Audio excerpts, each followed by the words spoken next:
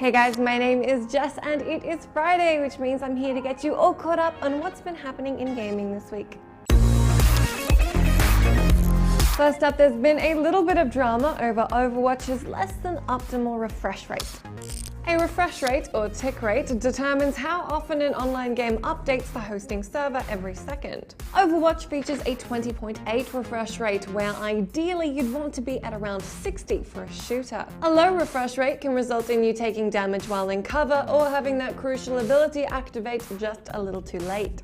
In custom-made games, Overwatch gives you the ability to raise the tick rate to 62.5, but you can still experience lag if other players live in different regions. Blizzard have said they are listening to the response to players using the higher refresh rate and are in the process of collecting data, but have not said whether they're planning to introduce the feature to the game's main modes.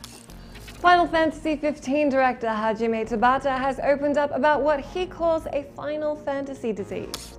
While commenting on the development struggles of Final Fantasy XV, Tabata explained that there was a sort of Final Fantasy disease within the team and among fans. He said that it refers to people who can't imagine anything other than their own view of Final Fantasy, adding, "If that view of Final Fantasy isn't fulfilled, then they're convinced that it's bad for Final Fantasy." He said they needed to overcome this and resolve to modernize Final Fantasy to make it as good as it can be. Alright, so now I have something a little bit special for you. It's a feel-good story, so if you've been having a crappy week, this one should go down a treat. 9-year-old Bryce of Cleveland, Ohio had 3 years worth of Pokémon cards in a binder stolen from him by, quote, some kid when he was walking to a friend's house. Although the binder was eventually found, some of the cards had been stolen. Since we've all been screwed over by some kid in our youth, the police officer who took the report of the crime, named James Grotenrath, decided to kindly donate his own collection of Pokémon cards to Bryce. The officer said he was just happy to make the kid smile again, and I'm not crying, you're crying. Let's do the next story. A number of reports have suggested that 2 new Xbox One models are on their way between now and the end of 2017.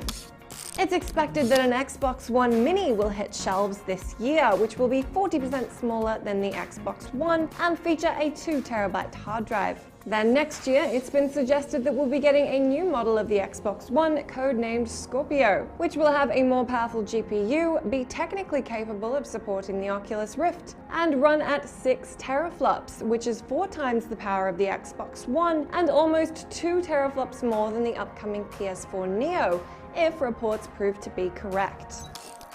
Finally this week, it looks like No Man's Sky has been delayed.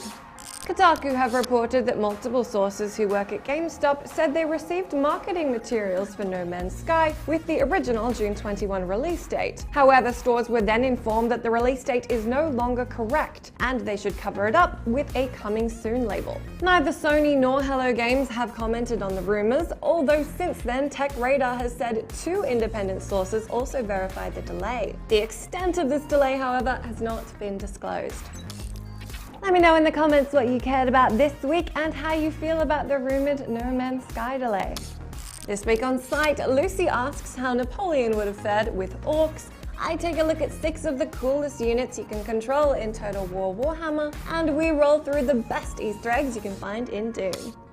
That is it from me this week. As always, thanks for sticking around. Be sure to have yourselves a great weekend, and I will see you again on Monday.